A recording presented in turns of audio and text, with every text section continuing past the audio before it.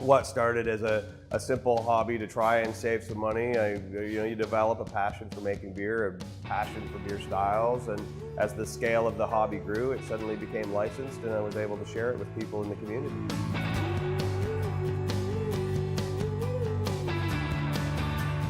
2000, we rolled out our first keg of Northumberland Ale. We're sourcing most of our malt from Barn Owl Malting in Belleville now, and some of the hops from Yard 17 right here in Northumberland County, as well as Bickle Valley Farms down in Port Hope, Cobourg area.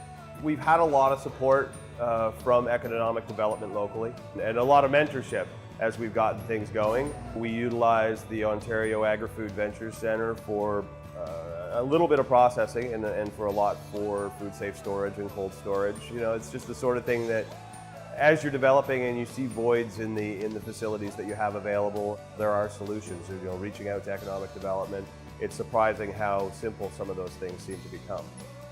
We chose this area and cider obviously as the natural fit for apple country. This is known as apple country. It's just one of those things, you're trying to keep everything very local, trying to keep it locally sourced, locally grown.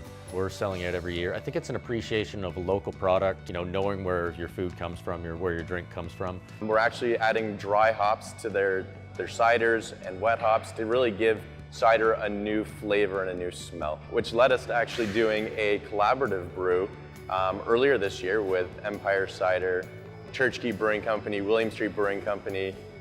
The malt was supplied by Devon from Barn Owl Malting, just here in Ontario, and hops supplied by Pleasant Valley Hops, Edgar Ramirez and myself.